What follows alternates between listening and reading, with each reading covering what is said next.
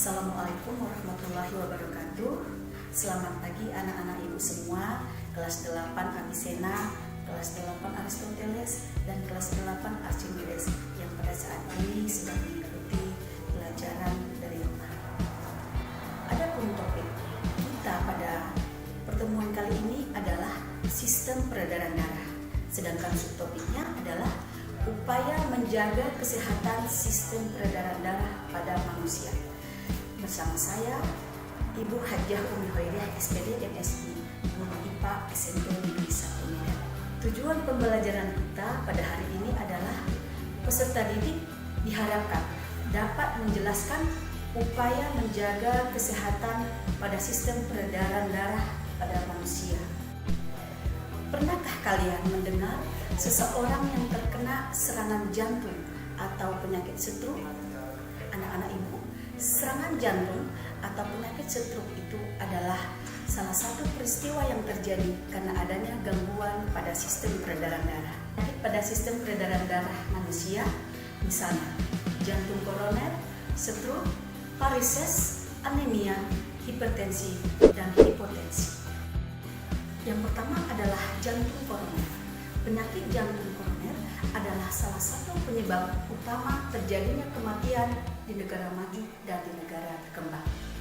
Nah, penyakit jantung koroner terjadi jika arteri koronaria tidak dapat menyuplai darah yang cukup ke otot-otot jantung.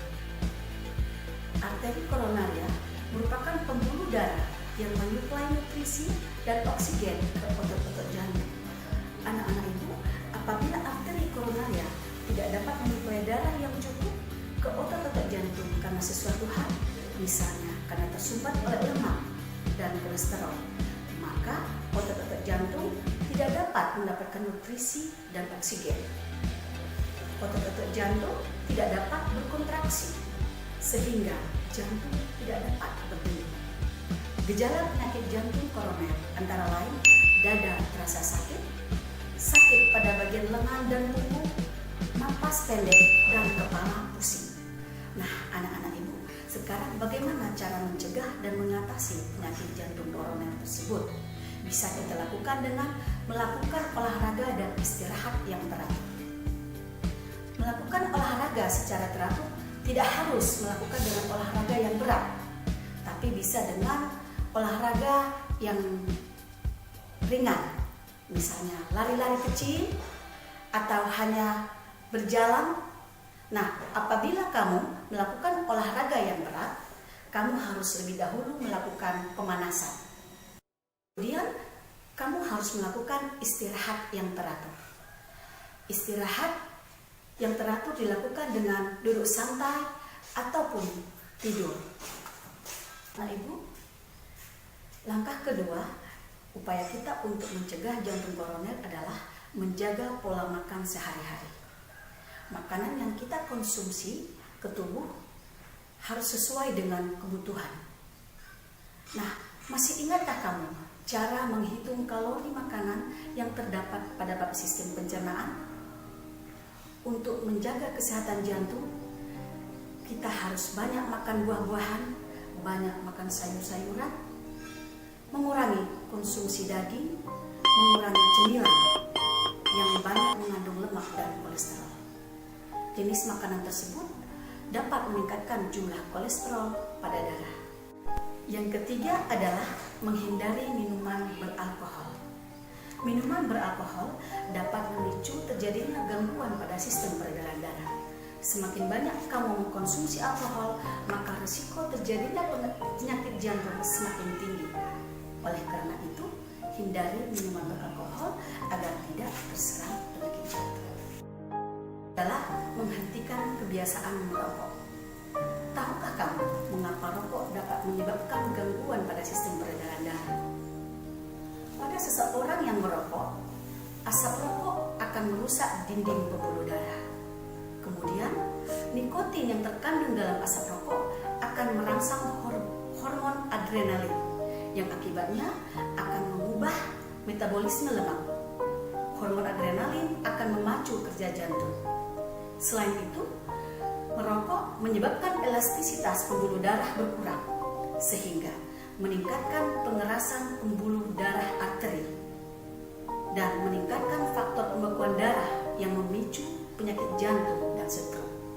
Seorang perokok mempunyai peluang terkena stroke dan jantung koroner sekitar 2 kali lipat lebih tinggi dibanding dengan bukan perokok.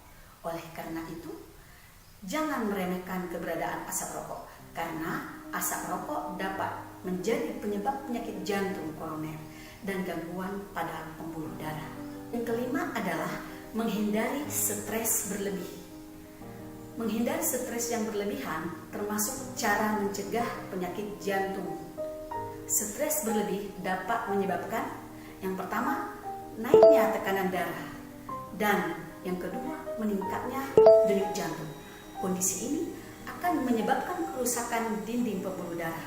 Oleh karena itu, hindari diri kita dari stres. Selain yang 5 upaya tadi untuk mencegah penyakit jantung koroner, ada satu lagi, yang keenam, yaitu menjaga berat badan dalam kondisi ideal. Mengapa kita harus menjaga berat badan agar tetap dalam kondisi ideal? Berat badan yang tidak terkontrol dapat menyebabkan terjadinya obesitas. Obesitas dapat meningkatkan risiko terkena serangan stroke sebesar 15%, kemudian terjadinya hipertensi dan penyakit jantung. Gangguan pada sistem peredaran darah berikutnya adalah stroke. Stroke merupakan suatu penyakit yang terjadi pada jaringan otak yang disebabkan karena kurangnya asupan oksigen di otak, sehingga bisa menimbulkan kematian. Hal ini terjadi karena pembuluh darah pada otak yang tersumbat oleh lemak atau kolesterol ataupun salah satu pembuluh darah di otak pecah.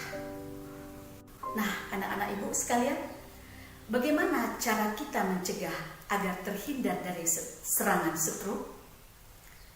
Nah, karena penyakit stroke sama dengan penyebab penyakit jantung, maka usaha yang dapat kita lakukan untuk mengurangi risiko terkena stroke juga sama dengan usaha yang dapat kita lakukan untuk mengurangi risiko terkena penyakit jantung koroner.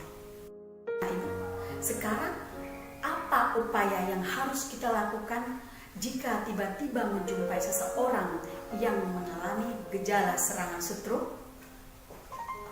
Nah, langkah penting yang harus kamu lakukan adalah mencari pertolongan agar penderita dapat segera dibawa ke rumah sakit atau unit kesehatan lainnya, agar penderita segera mendapatkan penanganan medis.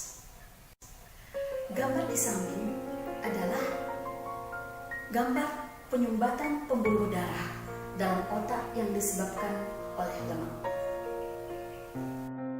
Ketiga, gangguan pada sistem peredaran darah adalah varises. Varises adalah suatu keadaan di mana pembuluh darah balik atau vena mengalami pelebaran dan terpuntir seperti pada gambar di samping.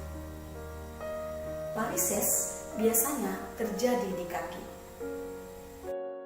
Bagaimana upaya menghindari varises? Nah, yang pertama, ketika tidur sebaiknya tungkai dinaikkan 15-20 cm. Hal ini dilakukan setelah melakukan perjalanan jauh atau beraktivitas yang melelahkan. Yang kedua, hindari berat badan berlebih. Yang ketiga, hindari berdiri terlalu lama. Yang keempat, olahragalah secara teratur, misalnya berjalan, berenang. Dan yang kelima, hindari memakai sepatu hak tinggi terlalu sering. Nah, gangguan pada sistem peredaran darah berikutnya adalah anemia. Anemia merupakan gangguan yang disebabkan karena kekurangan hemoglobin atau eritrosit. Apabila kadar hemoglobin dalam darah rendah, maka menyebabkan tubuh kekurangan oksigen, sehingga tubuh merasa lesu, pusing, dan muka pucat. Anemia terjadi akibat terganggunya produksi eritrosit. Hal ini terjadi karena tubuh kekurangan zat besi dan bisa juga karena mengalami pendarahan yang hebat. Pada perempuan, Anemia sering terjadi ketika proses menstruasi. Ketika menstruasi, tubuh akan kehilangan darah sebanyak 50 sampai 80 ml dan zat besi sebanyak 30 sampai 50 mg. Nah, agar tidak mengalami anemia, sebaiknya ketika menstruasi kamu harus konsumsi makanan yang mengandung zat besi. Kemudian mengkonsumsi makanan bergizi, dan jika diperlukan konsumsilah suplemen penambah zat besi. Nah, gangguan pada sistem peredaran darah berikutnya adalah hipertensi dan hipotensi. Hipertensi merupakan tekanan darah tinggi. Ini terjadi jika tekanan darah di atas 120/80 mm Hg. Gejala hipertensi misalnya sakit kepala, pusing, pendarahan dari hidung, mual, muntah, dan sesak napas. Hipertensi dapat disebabkan karena arteriosklerosis atau pengerasan pembuluh darah. Kemudian disebabkan oleh kegemukan atau obesitas, kurangnya olahraga, stres berlebih, konsumsi makanan berlemak atau tinggi kolesterol, merokok, dan konsumsi minuman beralkohol. Detak atau denyut nadi lemah dan tampak pucat. Nah, upaya mengatasi hipotensi yaitu minumlah air putih yang cukup. Maksudnya meminum air putih yang cukup banyak, yaitu sekitar 8 sampai 10 gelas per hari. Konsumsilah minuman yang dapat meningkatkan tekanan darah seperti kopi. Kemudian konsumsilah makanan yang cukup mengandung garam dan olahraga teratur. Kenapa? Karena tekanan darah rendah. Berbeda dengan anemia. Gejala hipotensi sering pusing, sering menguap, penglihatan kadang kurang jelas atau berkunang-kunang, terutama sehabis duduk lama atau berjalan lama, cepat lelah atau tak bertenaga, detak atau denyut. Anak-anak ibu, demikian materi pembelajaran kita pada hari ini. Nah, sekarang tugas kamu adalah bagaimana cara kamu menghimbau agar orang-orang di sekeliling kamu atau di sekitar kamu bisa mencegah atau menghindari gangguan pada sistem peredaran darah sesuai dengan materi kita. Ibu kasih contoh, misalnya orang tua kamu seorang perokok, silakan kamu himbau ya dengan membuat videonya, ayah atau papa tidak boleh merokok karena merokok itu dapat memicu terjadinya penyakit jantung koroner. Contoh yang kedua, mencegah penyakit jantung koroner itu tadi salah satunya adalah kegemukan atau obesitas. Nah, kalau ada orang-orang di sekitar kamu atau ibu kamu misalnya kegemukan, silakan kamu himbau, ibu tidak boleh badan terlalu gemuk karena dapat memicu terjadinya penyakit jantung koroner.